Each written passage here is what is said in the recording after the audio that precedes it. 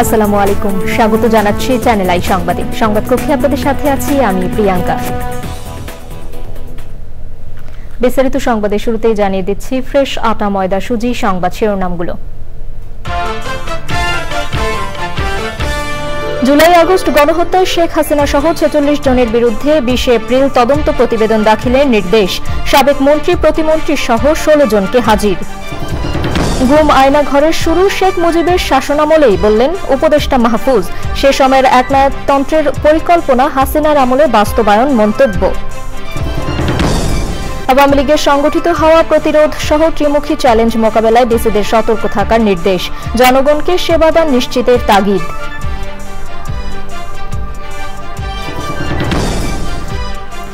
তিস্তা চুক্তি ও মহাপরিকল্পনা বাস্তবায়নের দাবিতে লালমনিরহাটে পদযাত্রা। ন্যায্য হিস্সা আদায়ে নদী তীরে হাজারো মানুষ। এবং ২১শে বইমেলায় শিশু সাহিত্যিক ফরিদুর রেজা সাগরের কিশোর উপন্যাস সমগ্র ছোট কাকু ৪০ প্রকাশ। গবেষণা সাহিত্য গুরুত্বপূর্ণ ভূমিকা রাখার আশা।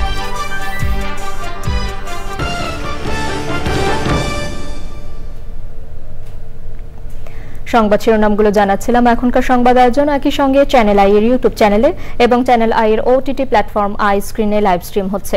যাচ্ছি বিস্তারিত সংবাদে। জুলাই আগস্ট গণহত্যার মামলায় ক্ষমতাচ্যুত প্রধানমন্ত্রী শেখ হাসিনা সহ ৪৬ জনের বিরুদ্ধে তদন্ত প্রতিবেদন ২০ এপ্রিল দাখিল করার নির্দেশ দিয়েছেন আন্তর্জাতিক অপরাধ ট্রাইব্যুনাল। একই সাথে অপর আসামি সাবেক সংসদ সদস্য সোলাইমান সেলিমকে ২০ এপ্রিল হাজির করতে নির্দেশ দিয়েছেন আদালত। প্রসিকিউশন বলেছেন আগামী মাসে পূর্ণাঙ্গ তদন্ত প্রতিবেদন পাবেন তারা। অসম্পূর্ণ প্রতিবেদন না দেওয়ার কথা স্মরণ করিয়ে দেন ট্রাইব্যুনাল। মাজহারুল হক মান্নার রিপোর্ট। জুলাই আগস্ট গণহত্যার মামলায় প্রথমে ডিবি কার্যালয় থেকে আন্তর্জাতিক অপরাধ ট্রাইব্যুনালে হাজির করা হয় শেখ হাসিনার সাবেক উপদেষ্টা সালমান এফ রহমানকে। পরে বিভিন্ন কারাগার থেকে সাবেক মন্ত্রী আনিসুল হক, আমির হোসেন আমু, কামরুল ইসলাম, ফারুক খান, আব্দুর রাজ্জাক, শাহজাহান খান, রাশেদ খান মেনন, হাসানুল হক ইনু, গোলাম দস্তগীর গাজী, সাবেক উপদেষ্টা ডক্টর তৌফিক ই এলাহি চৌধুরী, সাবেক প্রতিমন্ত্রী কামাল আহমেদ মজুমদার, জুনাইদ আহমেদ পলক, আপিল বিভাগের সাবেক বিচারপতি শামসুদ্দিন চৌধুরী মানিক, সাবেক স্বরাষ্ট্র সচিব জাহাঙ্গীর আলম এবং সবশেষ আনা হয় সাবেক মন্ত্রী দীপুমণিকে। আসামিদের বিরুদ্ধে তদন্ত প্রতিবেদন দাখিলের জন্য সময় চেয়ে আবেদন করেন প্রসিকিউশন। অনেকেই গ্রেপ্তার হয়েছেন আর অনেকেই গ্রেপ্তারের বাইরে আছেন, যেটা আপনাদেরকে আগেও বলেছি যে ক্রমান্বয়ে কিন্তু গ্রেপ্তার হচ্ছে, গ্রেপ্তারের সংখ্যা বাড়ছে, ওয়ারেন্টের সংখ্যা বাড়ছে, কিন্তু প্রধান কিছু জায়গায় আসামি গ্রেপ্তার করা সম্ভব হচ্ছে না। সেটা আইন শৃঙ্খলা রক্ষাকারী বাহিনী জানেন যে কেন সম্ভব হচ্ছে না। আমরা আশা করছি খুব সহসাই অনেক হেভিওয়েট আসামি যেগুলো আছে সেগুলো আস্তে আস্তে ধরা পড়ে যাবে এবং তারা বিচারের মুখোমুখি হবে। জাতিসংঘের রিপোর্ট অনুযায়ী ১৪০০+, আমাদের কাছে ১৪০০-র উপরে আছে। পরে শেখ হাসিনা ও ওবায়দুল কাদের সহ ৪৬ জনের বিষয়ে আদেশ দেন বিচারপতি গোলাম মর্তুজা মজুমদারের নেতৃত্বে ৩ সদস্যের প্যানেল। শেখ হাসিনার মামলায় আমরা তদন্ত কর্মকর্তার যে রিপোর্ট সেটার বরাত দিয়ে জানিয়েছি যে এই তদন্ত কাজ অলমোস্ট শেষের দিকে আছে। প্রসিকিউশন জানিয়েছেন ভবিষ্যতে আরো অনেককে বিচারের মুখোমুখি করা হবে। মাজহারুল হক মান্না, চ্যানেল আই, ঢাকা। অন্তর্বর্তী সরকারের উপদেষ্টা মাহফুজ আলম বলেছেন গুম ও আয়নাঘর শেখ মুজিবের শাসনামল থেকেই শুরু হয়েছে। শেখ মুজিবের একনায়কতন্ত্রের পরিকল্পনা শেখ হাসিনার আমলে বাস্তবায়ন করা হয়েছে। রাষ্ট্রের টাকা খরচ করে গুন্ডা লালন পালন করা হয়েছে প্রশাসনের বিভিন্ন স্তরে। রাজধানীতে তারুণ্যের উৎসবে তিনি আরও বলেন ফ্যাসিবাদ নির্মূলে আমূল পরিবর্তন দরকার, যা অল্প দিনে সম্ভব নয়। তাফিমুল ইসলামের রিপোর্ট। বৈষম্যহীন তরুণ বাংলাদেশ বিনির্মাণে রাজধানীর পিআইবি মিলনায়তনে তরুণের উৎসব ২০২৫ আয়োজন করে তথ্য ও সম্প্রচার মন্ত্রণালয়। উদ্বোধন করেন জুলাই আন্দোলনের শহীদ শাকিলের মা। ছেলের কথা বলতে গিয়ে আবেগপ্রবণ হয়েই মঞ্চে জ্ঞান হারান তিনি।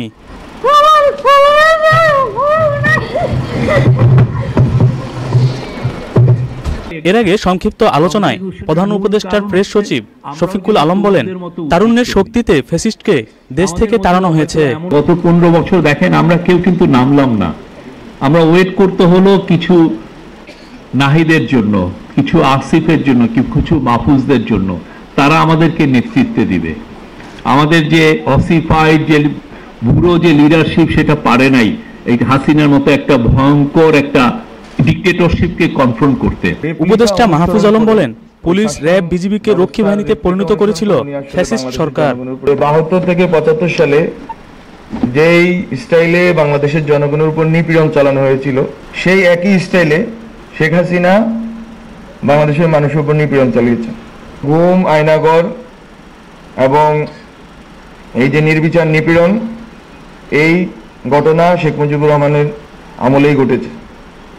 তার মেয়ে যেটা করেছেন, পুরো বাংলাদেশের প্রশাসন যন্ত্রকে জাতীয় রক্ষী বাহিনী বলে কোনো কিছু আর উনি আলাদা করে বানান নাই। উনি যেটা করেছেন, বাংলাদেশ পুলিশকে জাতীয় রক্ষী বাহিনীর রূপে রূপান্তরিত করেছেন। উপদেষ্টা মাহফুজ আরও বলেন, ফ্যাসিবাদের কাঠামো থেকে বের হতে না পারলে এদেশ আবারও হোঁচট খেলে আর উঠে দাঁড়ানো যাবে না। তাফহিমুল ইসলাম, চ্যানেল আই, ঢাকা। তিস্তা চুক্তি ও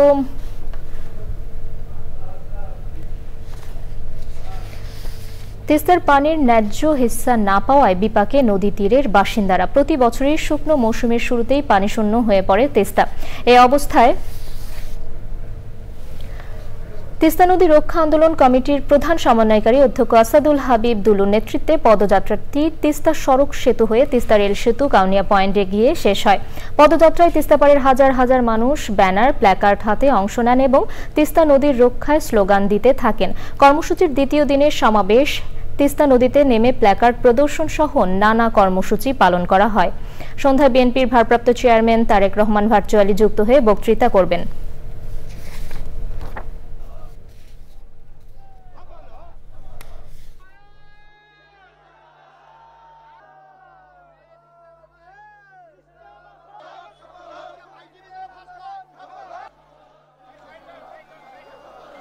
তিস্তা একটা মহাপরিকল্পনা করার কথা ছিল, সেটি বাস্তবায়নের লক্ষ্যে আমরা সমবেত হয়েছি। আজকে রংপুরের জনপদের 2 কোটি মানুষ এই দাবির সঙ্গে সংহতি প্রকাশ করেছে। আমার মনে হয় যে ভারত আমাদের বন্ধু রাষ্ট্র, তারা বাংলাদেশের মানুষের স্বার্থ বিবেচনা করে আন্তর্জাতিক যে নদী আইন রয়েছে, আমাদের যতটুকু পানির হিস্সা ততটুকু আমাকে দিলে আমাদের মনে বন্ধুত্বটা আরো গাঢ় হবে।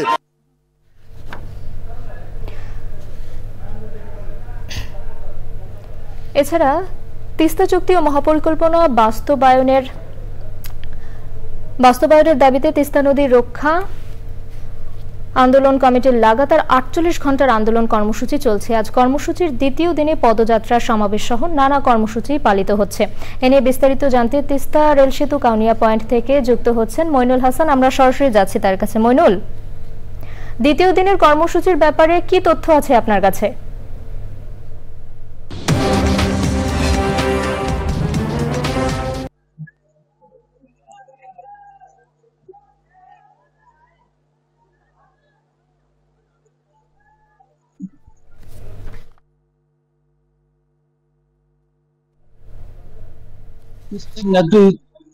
তিস্তার ন্যায্য হিস্সা মহাপরিকল্পনা বাস্তবায়নের দাবিতে 2 দিন ধরে কর্মসূচি চলছে লালমনিরহাটে তিস্তা নদীর পাড়।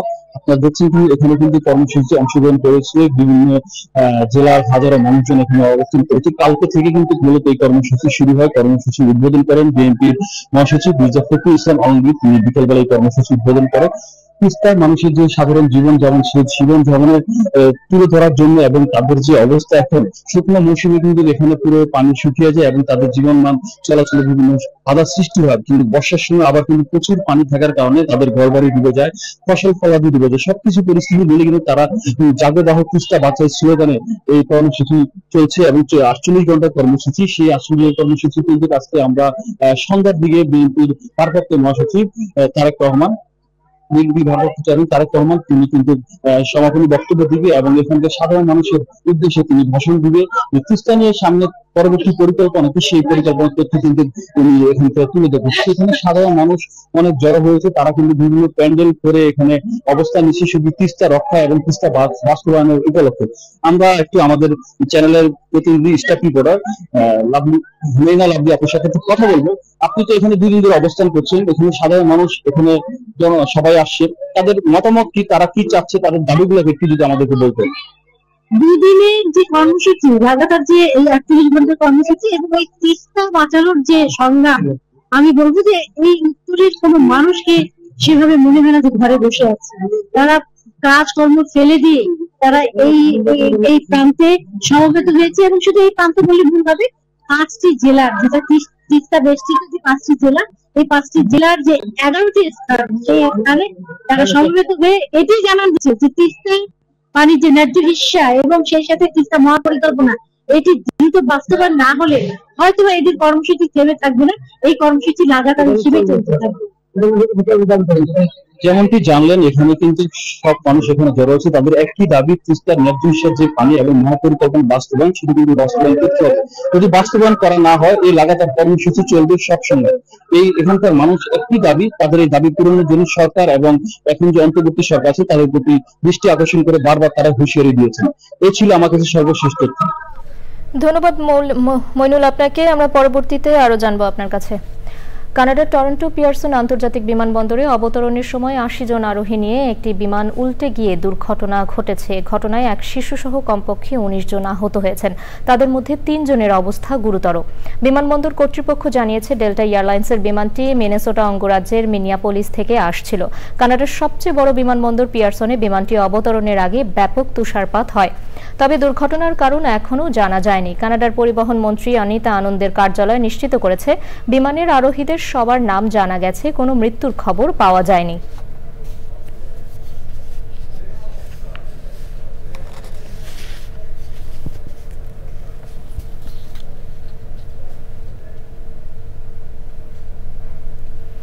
দর্শক, এবারে বিরতি, আর বিরতির পর যা থাকছে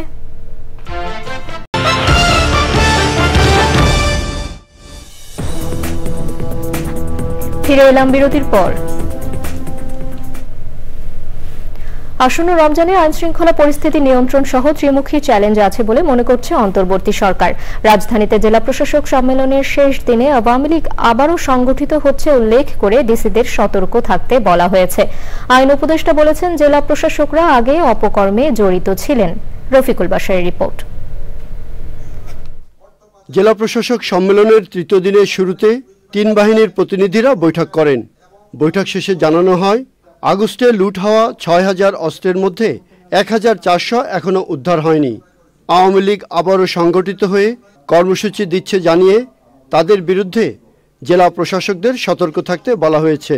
জননিরাপত্তা, দ্রব্যমূল্য ক্রয় ক্ষমতায় রাখা ও হয়রানি ছাড়া সরকারি সেবা পাওয়ার প্রত্যাশা পূরণে জেলা প্রশাসকদের সজাগ থাকারও নির্দেশ দেওয়া হয়। স্বৈরাচার এবং তাদের দোসররা বিভিন্ন জায়গায় সংগঠিত হচ্ছে এবং কর্মসূচি দিচ্ছে এবং তারা দেশকে একটা অরাজকতার দিকে নিয়ে যেতে পারে, সে ব্যাপারে তাদেরকে সজাগ থাকতে হবে। সামনে রমজান মাস আসছে, সেখানে তাদেরকে একটা ত্রিমুখী চ্যালেঞ্জের মধ্যে পড়তে হবে। মানুষের 3টা প্রত্যাশা, তারা জীবন জীবিকার জন্য তারা নিরাপদে চলাফেরা করতে চায় এবং রাতে শান্তিতে ঘুমাতে চায়। দ্বিতীয় বলেছি, দ্রব্যমূল্য তাদের ক্রয় ক্ষমতার মধ্যে যেন থাকে, এটা তারা দেখতে চায়। আর 3 নম্বর বলেছি যে সার্ভিস বা যে সেবা সরকারের কাছে তাদের পাওয়ার কথা, ঝামেলা ছাড়া তারা যেন পেতে পারে। আইন শৃঙ্খলা পরিস্থিতি কিভাবে আরো উন্নতি করা যায় এইগুলির ব্যাপারে আলোচনা হয়েছে। যেমন তারা বর্ডারে এলাকায় বিজিবি বৃদ্ধি করার জন্য বলছে, তারা নৌ পুলিশ বৃদ্ধি করার জন্য বলছে, তারা আমাদের এই যে কি বলে ওই গাজীপুরে যে ইসে আছে জিএমপি, যেটা ওটা জনবল বৃদ্ধির জন্য বলছে। জেলা প্রশাসকরা আগে অপকর্মের সাথে জড়িত ছিলেন অভিযোগ করে আইন উপদেষ্টা বলেন, আইন অনুযায়ী সব করলে আর জনগণের সেবা দেওয়া ছাড়া তাদের উপায় থাকবে না।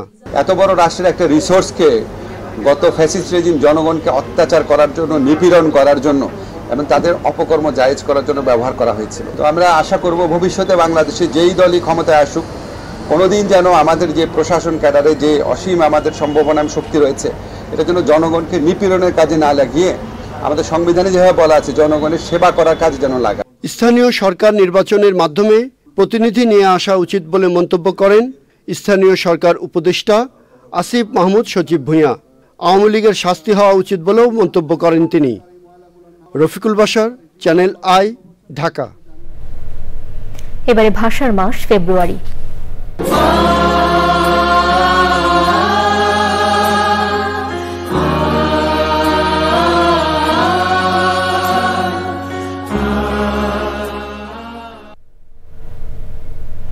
অমর একুশে বইমেলায় প্রকাশ হয়েছে শিশু সাহিত্যিক ফরিদুর রেজা সাগরের কিশোর উপন্যাস সমগ্র ছোট কাকু 40। বাংলা ভাষায় 800 পৃষ্ঠার দীর্ঘ সাহিত্য নিদর্শন এটি প্রথম। অন্য প্রকাশিত বইটির প্রচ্ছদ এঁকেছেন বরেণ্য কার্টুনিস্ট ও চিত্রশিল্পী রফিকুন নবী। বইমেলা প্রাঙ্গণে প্রকাশনা উৎসবে গবেষণা ও সাহিত্যের নানা অধ্যায়ে বইটি গুরুত্বপূর্ণ ভূমিকা রাখবে বলে আশা প্রকাশ করেন বিশিষ্টজনেরা। ইফতেখার উদ্দিনের রিপোর্ট। ছোট কাকু মানেই রহস্য আর অ্যাডভেঞ্চার। রহস্য উন্মোচনের নেশায় দেশ জুড়ে নানা স্থানে চলে ছোট কাকুর অভিযান। শিশু সাহিত্যিক ফরিদুর রেজা সাগরের সৃষ্টি ছোট কাকু সিরিজে 40টি গ্রন্থ একসঙ্গে এক মলাটে। অমর একুশে বইমেলায় হয়ে গেল প্রকাশনা উৎসব। ছোট কাকুর আরও অভিযান আসবে বলে আশার কথা জানান পর্দার ছোট কাকু বরেণ্য অভিনেতা আফজাল হোসেন। জানান বইটি নিয়ে তার অভিব্যক্তি। এতদিন ধরে ছোট কাকু যে ইমেজ নিয়ে তৈরি হচ্ছিল তার চাইতে একটা উন্নততর অবস্থানে আমরা যেতে পারি কি না, সময়ের সঙ্গে সঙ্গে এই পরিবর্তনটা দরকার ভেবে আমরা সেই আয়োজনটা করছি। আগামীতে দর্শক একেবারে অন্য একটা রূপে আরো বেশি উত্তেজনাপূর্ণ আনন্দদায়ক অভিজ্ঞতার মুখোমুখি হবেন। দেশের গণ্ডি পেরিয়ে ছোট কাকুর আগামী অভিযান প্যারিসে। এই ছোট কাকু নিয়ে আমাদের অনেক সময় আমরা পার করেছি।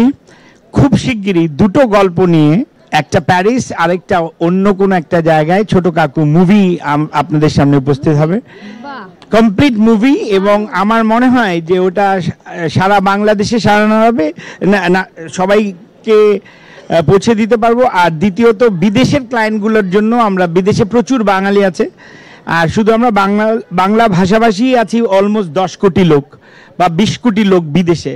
তাদের জন্য আফজাল ভাই এই মুভিটা নিয়ে আসবে এবং সাগর ভাই এটাতে মত দিয়েছে। আমি আশা করি খুব শীঘ্রই আপনারা মুভিটা দেখতে পাবেন। এটা একটা অবশ্যই সংগ্রহ করার মতো বই। আর দ্বিতীয় কথা হচ্ছে, আমি গতবার থেকে এই ছোট কাকুর জার্নির সঙ্গে যুক্ত হয়েছি। আমি এর জন্য বিশেষভাবে কৃতজ্ঞ আফজাল হোসেন এবং ফরিদুর রেজা সাগরের প্রতি। তা আমি গতবার যে শুরু করলাম, তো ওইবার আমি আসলে অনেক অল্প সময় আমাদের করতে হয়েছিল, কিন্তু এবার যেটা হয়েছে, এবার আমরা একটু প্রস্তুতি নেওয়ার জন্য অনেকটা সময় পেয়েছি গুছিয়ে, এবং গোয়েন্দা গল্পের যেই টান উত্তেজনা এবং প্রত্যেকটা পরতে পরতে টুইস্ট কিংবা যে টার্ন বলি, সেটা এবার উপস্থিত থাকবে। এবং এবার আমরা এটাকে বলছি যে ছোট কাকু চ্যাপ্টার 2, মানে এটা একটু রিলঞ্চ হলো আর কি আমরা ছোট কাকুর। তো সেই জন্য আমরা এটা আপনারা কারিগরি এবং শিল্পী নির্বাচন সব জায়গাতে আপনারা অভিনবত্ব দেখতে পাবেন। এবং আমি আশা করি যে দর্শক বরাবরের মতোই এবারও ছোট কাকুকে দেখবার জন্য অধীর আগ্রহে অপেক্ষা করছে। আমরা আশা করব এই রোজার ঈদে আমরা ছোট কাকুকে দেখতে পাবো বিভিন্ন মাধ্যমে। ম্যাগাজিন অন্যদিনের এবারের ঈদ সংখ্যায় প্রকাশ করা হবে ছোট কাকুর অ্যাডভেঞ্চার। প্রকাশনার যে সুবিধা দিয়ে আছে সেগুলোকে কাজে লাগিয়ে সর্বোচ্চ প্রকাশনা মানের একটা বই করা, এবং সেই চেষ্টাটি আমরা করেছি। আমাদের এই চেষ্টার সঙ্গে বিভিন্ন জন নানাভাবে আমাদের সহযোগিতা করেছেন। 800 পৃষ্ঠা দীর্ঘ এই বইটি সাহিত্যকর্মের নিদর্শন হয়ে থাকবে বলে মনে করেন বিশিষ্টজনেরা। আমাদের দেশে বাংলার লেখালেখির ক্ষেত্রে মামা শব্দটি ছিল আগে খুব গুরুত্বপূর্ণ। মামা ভাগ্নের গল্প যেখানে যাই মামা শব্দটি সবচেয়ে আগে আসতো। মামা ভাগ্নে কি করছে, সাগর ভাই একটি বিকল্প জায়গা দাঁড় করে দিলেন কাকু এই ক্যারেক্টারটি। এটা কিন্তু আরেকটি স্থান তিনি, এটা কিন্তু নতুন আমাদের সাহিত্যে। সাগর তার চমৎকার সব অভিযান, তার ইমাজিনেশন থেকে তিনি আমাদের একটা নিজেদের মতন করে ইমাজিনেশনের ওয়ার্ল্ড তৈরি করে দিয়েছে, যে যার মতন করে আমরা আসলে এটার ছবিটা আঁকি। কিন্তু শ্রদ্ধেয় আফজাল হোসেন এঁকেছেন যেভাবে, সেই ইমাজিনেশন ওয়ার্ল্ডটা, সেই ইমাজিনারি ওয়ার্ল্ডটাও আমাদের কাছে খুব প্রিয় হয়ে গেছে। এখন ছোট কাকু মানেই আফজাল হোসেন, ছোট কাকু মানেই হচ্ছে আফজাল হোসেনের সঙ্গে তার এই বেরের বেশে একজন ডিটেকটিভের যেই জার্নি বিভিন্ন অঞ্চলে সারা বাংলাদেশ জুড়ে, সেই জার্নির অংশ এখন আমাকেও মনে হয়, আমার নিজেকেও মনে হয়। কিংবদন্তি চিত্রশিল্পী রফিকুন নবীর আঁকা প্রচ্ছদ বইটিকে দিয়েছে নতুনত্ব। এই বইটির প্রচ্ছদ এঁকেছেন রফিকুন নবী, যিনি ঘোষণা দিয়েছেন এরপরে 80 ঊর্ধ্ব বয়স, উনি লাইন ঠিক মতো দিতে পারেন না, হাত কাঁপে, উনি আর কোনোদিন প্রচ্ছদ করবেন না, ছবি আঁকবেন, প্রচ্ছদ করবেন না। শেষ প্রচ্ছদ এই বইটির। এটি একটি ঐতিহাসিক ঘটনা। বইটির মেকআপ গেটআপে অনেক জায়গায় আফজাল হোসেনের আধুনিকতম দৃষ্টিভঙ্গির ছোঁয়া আছে। বইটি প্রকাশ করেছে অন্য প্রকাশ। অমর একুশে বইমেলায় 23 নম্বর প্যাভিলিয়নে পাওয়া যাবে ছোট কাকু 40 বইটি। Iftekhar Uddin, channel I, Dhaka. বিএনপির স্থায়ী কমিটির সদস্য ডক্টর আব্দুল মঈন খান বলেন, দ্রুততম সময়ের মধ্যে দেশকে গণতন্ত্রের পথে আনতে হবে। জাতীয় প্রেস ক্লাবে এক আলোচনায় তিনি বলেছেন, দেশ পরিচালনায় তৃণমূলের প্রতিনিধিত্ব না থাকলে সফল হওয়া যায় না। তাই দেশ পরিচালনার দায়িত্ব জনগণের হাতে ছেড়ে দিতে হবে। সুষ্ঠু নির্বাচনে জনগণ জনপ্রতিনিধি নির্বাচন করবে। মঈন খান আরও বলেছেন, সরকারের কাজ কোনো ব্যক্তি বা গোষ্ঠীকে খুশি করা নয়, রাষ্ট্রের মঙ্গল নিশ্চিত করা। আওয়ামী লীগ সরকার স্বাধীনতার পরে এমন অলিগার্কি সৃষ্টি করলো, 22টি পরিবারের পরিবর্তে 220টি পরিবার সমস্ত কিছু বাংলাদেশের লুণ্ঠন করে নিয়ে গেল। তাহলে কি আমরা এই জন্যই স্বাধীনতা চেয়েছিলাম? এই জন্য তো আমরা বাংলাদেশের কোটি কোটি মানুষ স্বাধীনতা চাইনি।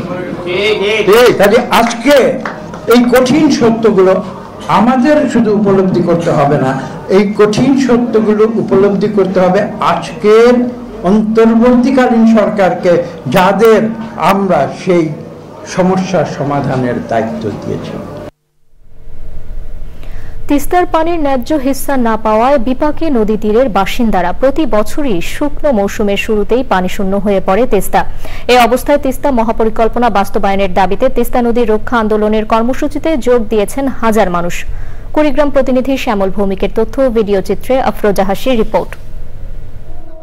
এক সময়ের প্রমত্তা তিস্তায় নেই পানি কিংবা মাছ।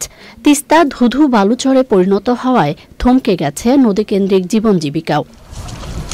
প্রতি বছরই বর্ষায় বন্যা আর ভাঙনে সর্বস্ব হারান তিস্তা পাড়ের মানুষ।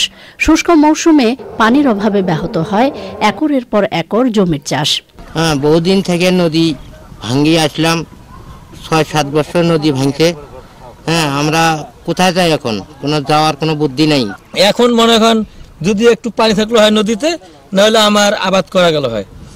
বাড়ি ঘর 10টা গ্রাম উড়ে গেছে, এই গতবারে আমার বাড়ি ভাঙছে। স্থানীয়দের অভিযোগ, নদী খনন ও বাঁধ নির্মাণের দাবি দীর্ঘদিন ধরে জানিয়ে আসলেও তা পূরণে এগিয়ে আসেনি কর্তৃপক্ষ। বন্যার সময় ভারত তাদের এই তিস্তা নদীর পানি ছেড়ে দিয়েছে এবং এর ফলে এই অঞ্চলের মানুষের, এই বাংলাদেশের অংশের 5টি জেলার মানুষ অবর্ণনীয় কষ্ট এবং দুর্ভোগে পড়েছে। তিস্তা বাঁচাও আন্দোলনের মাধ্যমে তিস্তার পানির ন্যায্য হিস্সা আদায় ও মহাপরিকল্পনা বাস্তবায়নে আশাবাদী সংশ্লিষ্টরা। অতিরিক্ত দাবিদারি করার কারণে এইটি তিনি বাস্তবায়ন করতে পারে নাই। যতদিন পর্যন্ত এই দাবি বাস্তবায়ন হবে না, আমরা এলাকার মানুষ এই দাবি আমরা চালিয়ে যাব। অন্ততপক্ষে আমাদের যে ন্যায্য হিস্সা, সেই হিস্সাটুকু দিলে আমাদের বিস্তীর্ণ এলাকা হবে না। বাংলাদেশের মানুষের জীবন মরণের প্রশ্ন, তার নজির আজকের এই বিশাল গণজমায়েত বিভিন্ন জায়গায়। খননের মাধ্যমে শুষ্ক মৌসুমে পানি প্রবাহ ধরে রাখার পাশাপাশি ভাঙন রোধে দ্রুত ব্যবস্থা নেবে নতুন সরকার, এমন প্রত্যাশা তিস্তা পাড়ের মানুষের। আফরোজা হাসি, প্রকৃতি ও জীবন ডেস্ক, চ্যানেল আই। এবারে নিটুল টাটা কৃষি সংবাদ।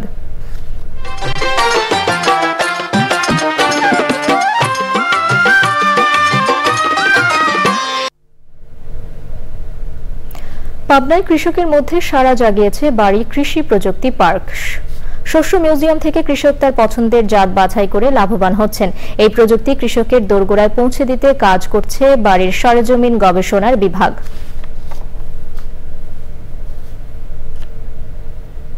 এবারে প্রকৃতি সংবাদ।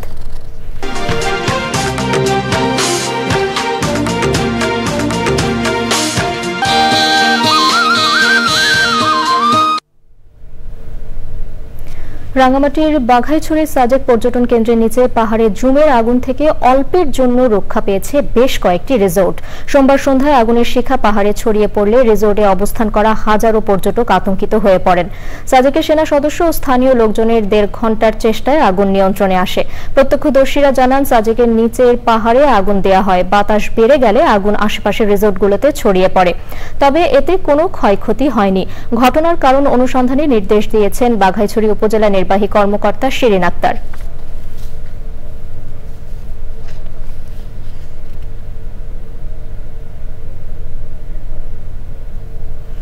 দর্শক, সবশেষে ফ্রেশ আটা ময়দা সুজি সংবাদ শিরোনামগুলো জানিয়ে দিচ্ছি আরো একবার। জুলাই আগস্ট গণহত্যায় শেখ হাসিনা সহ 46 জনের বিরুদ্ধে 20 এপ্রিল তদন্ত প্রতিবেদন দাখিলের নির্দেশ। সাবেক মন্ত্রী প্রতিমন্ত্রী সহ 16 জনকে হাজির। গুম আয়নাঘরের শুরু শেখ মুজিবের শাসনামলেই বললেন প্রধান উপদেষ্টা মাহফুজ। সে সময়ের একনায়কতন্ত্রের পরিকল্পনা হাসিনার আমলে বাস্তবায়ন মন্তব্য। আওয়ামী লীগের সংগঠিত হওয়া প্রতিরোধ সহ ত্রিমুখী চ্যালেঞ্জ মোকাবেলায় ডিসিদের সতর্ক থাকার নির্দেশ। জনগণকে সেবাদান নিশ্চিতের তাগিদ।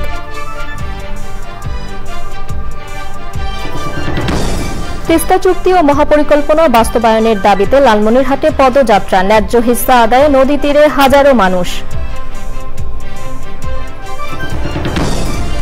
এবং 21শে বইমেলায় শিশু সাহিত্যিক ফরিদুর রেজা সাগরের কিশোর উপন্যাস সমগ্র ছোট কাকু 40 প্রকাশ। গবেষণা সাহিত্যে গুরুত্বপূর্ণ ভূমিকা রাখার আশা।